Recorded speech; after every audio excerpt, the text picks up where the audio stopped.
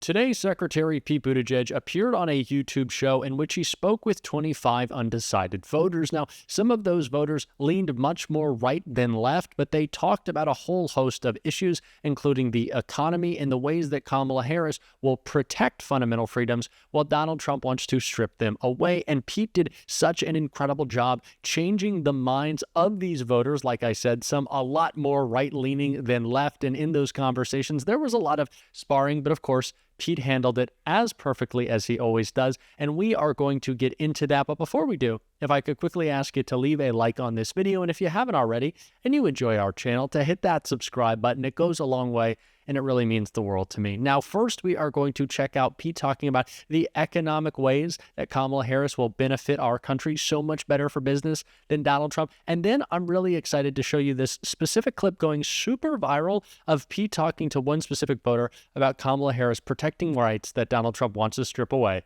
Now let's get into it. My next claim is the economy, especially here in the industrial Midwest, will be better off under Kamala Harris. Thank you for your service.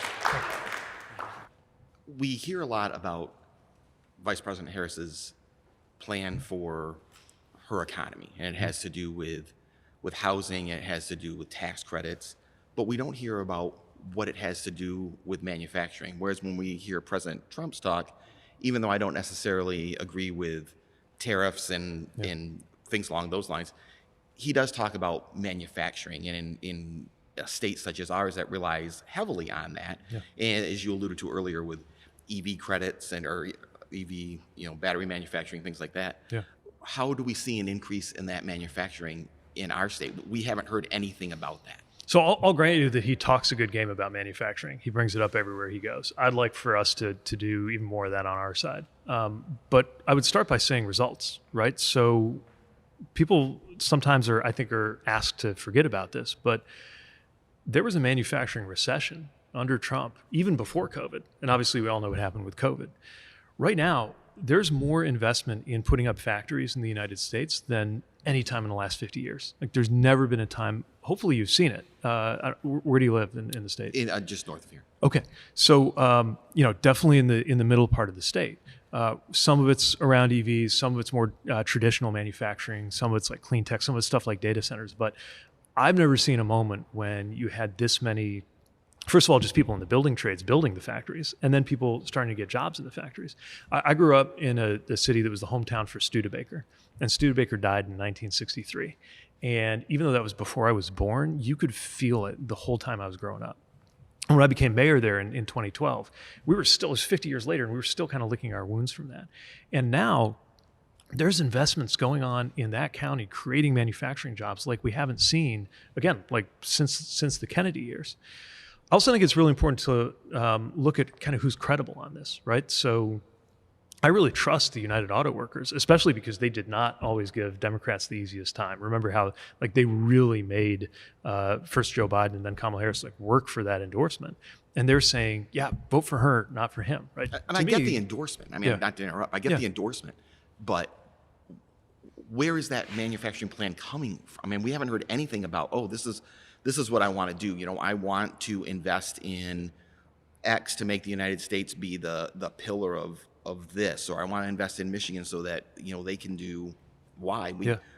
We haven't heard any specifics. And granted, she's 100 and some days into a campaign that I feel like she was drafted into versus wanted to be into, but with the specifics. And I would argue it's a little harder for some of her manufacturing vision to get across, because every day we're arguing about McDonald's or Taylor Swift or whatever he's decided to change the subject to, right? So the phenomenon you're describing is partly it's not us not wanting to get a manufacturing message out. It's a lot of noise that we're up against. But part of how it works is a tax structure that encourages investment. It's making sure that we do double down on having stuff like EVs made in places like Michigan, not in places like China, right? So whether you choose to buy one or not, and that's your choice. I hope you buy one that's made by American auto workers and not one made overseas. And that could totally depend on whether the policies that were in the Inflation Reduction Act get destroyed or not, right? There's a lot of things in there like the tax credits that bring the manufacturing back onto American soil. That's part of why the manufacturing is happening right now. Thank you very much. I appreciate it.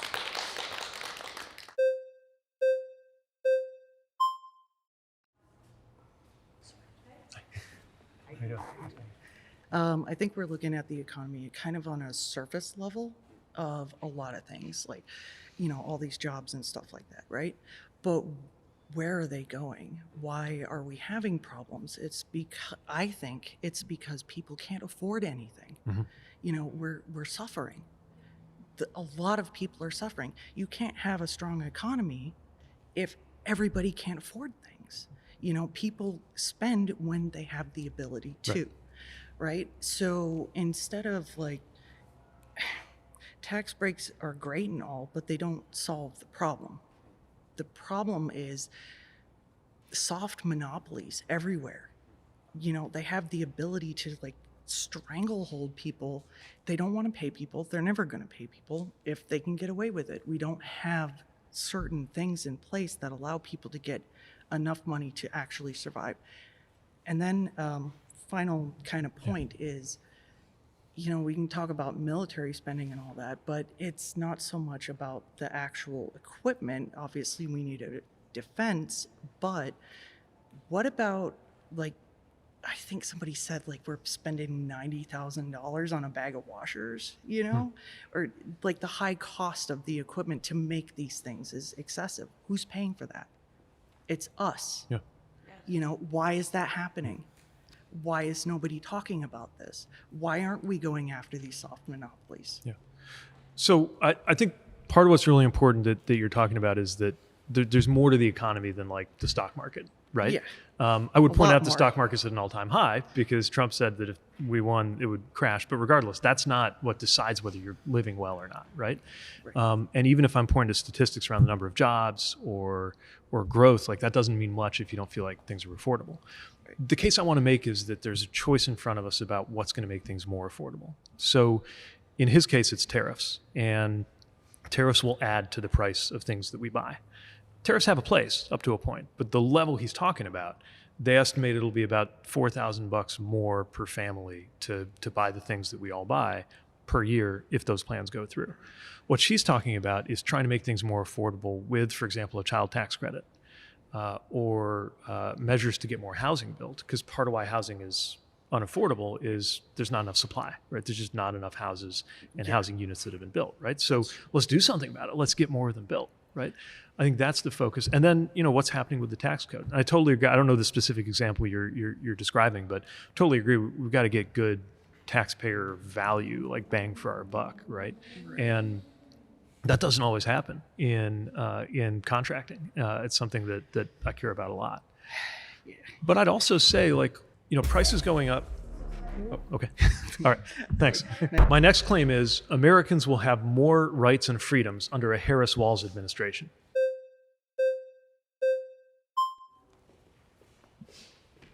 Nice to meet you. Same here. My name's Grace. Grace, good night. Frankly, I'm shocked that you would make that claim. I think I would love to know what the basis of that is, some specific examples. Yeah. Starting let's with talk freedom about it. of speech. Sure. If Okay, you could. let's start with freedom of speech. So Donald Trump has said that he wants to revoke the licenses of television networks that have broadcast coverage that he disagrees with. I can't think of a more direct attack on the freedom of speech than a government official or a wannabe government official saying, I want to punish a television network because of their journalism, right? So that's how I feel about free speech. There's also more personal rights, a woman's right to choose, my right to have this ring on my finger, that I feel are much more secure if she's in charge than if he's in charge. And the evidence you have of Donald Trump being against gay marriage or wanting to roll back protections for gay folks to be married is what exactly? The evidence is that he ran for president with a platform that specifically said in black and white that they were against marriage equality. And this is today. So they've kind of rubbed that out of the platform since the last time he ran for president, but the people he put on the court are contributing to a majority that already took away a woman's right to choose and doesn't seem very interested in protecting my right to marry, nor did he do anything to help get that legislation passed when Ruth the Biden Bader Harris administration Ginsburg passed didn't it. think that Roe v. Wade was the appropriate statute on which to be hanging reproductive freedom. And Obama campaigned in 2007. There was a bill introduced to the 110th Congress, H.R. 1964, the Freedom of Choice Act. He campaigned. The first thing I'm going to do as president is sign that bill. Once he was elected, I quote, "not my highest legislative priority. I don't know why I should actually trust Democrats to enshrine reproductive rights as national law, because they had the opportunity so many times over the past decades. Most recently in 2009, 2010, they didn't do it. Kamala's coming here and campaigning in Michigan on reproductive freedom. Guess what? It's part of our state constitution. Like, that's Right, manipulation of voters." Well, I don't think that's manipulation. Look, the whole Yes, point of a it is. national right, I live in Michigan, right? But if I take my kids with my husband to their first ever Notre Dame game and I cross the state line, Right. obviously I'm talking about marriage equality, not reproductive freedom here, but just as an illustration of why a national right is important. I don't want my marriage to evaporate the moment I cross the Michigan-Indiana state line. What she's talking about is that a national right should be national. It's true, you have great leaders here in Michigan who have taken action at the state level to protect reproductive rights, but since when does civil rights disappear at state lines? And how is it pro-freedom to take away a national protection and say, well, if some state wants to take away this freedom, have at it? We went through this as a country with the civil rights era. We're definitely going through this right now on something like choice, where your rights in Alabama are different than they are in Michigan, right? I do want to circle back to something you said about the number one thing you have as evidence for Donald Trump being against free speech is that he wants to revoke these licenses for campaign, like coverage he doesn't agree with. To what extent is it untrue coverage? I think the whole idea of free speech is that people can go on a network and air opinions that you disagree with. What about social media? Because the Harris Waltz campaign wants to make it illegal to put misinformation or malinformation on social media. Well, that's not true. That's what he said, and that's what she said. At best, that's an extreme simplification, and it's not really true. I mean, look, nobody has made more statements about being willing to use the powers of government to shut down people who disagree with them than Donald Trump. And you think it's okay to shut down the license of a TV station? I didn't say that. Okay, I thought that was implied in your question when you said, what if it's untrue information that they're broadcasting? Well, I'm just asking. He says a lot of off-the-wall things that certainly, I'm not, and I don't stand behind a lot of what he says, but just if he's angry about coverage that is manipulative towards people, that happens a lot. I'd like to, the whole idea of free speech is that the government doesn't get to decide. Certainly, but then you have... And Donald Trump doesn't get to decide. Certainly, but I don't want Kamala Harris also to decide. And neither does she, right? That's the point. She's not going to threaten the licenses of stations that cover her unfavorably. But they threaten He has. Section 30, whatever it is, for social media. Not based on unfavorable political coverage. Now, there is an idea that social media companies need to be more accountable for their choices, especially when you look at how they're harming women and girls, for example, by what goes out on Instagram, right? But that's not the same as a free speech debate. No one is better than Secretary Pete Buttigieg. He is the ultimate communicator in the Democratic Party, and as you saw throughout that entire video, so succinct in changing the minds of these undecided voters. That is what we need to be doing in this final day, and is what we're going to be doing every hour, every second on this show. And if you want to support that, as always, you can hit that subscribe button. You can leave a like on this video, and if you stuck around to the end, you can drop a blue heart in the comments. And until next time, I'll see you soon.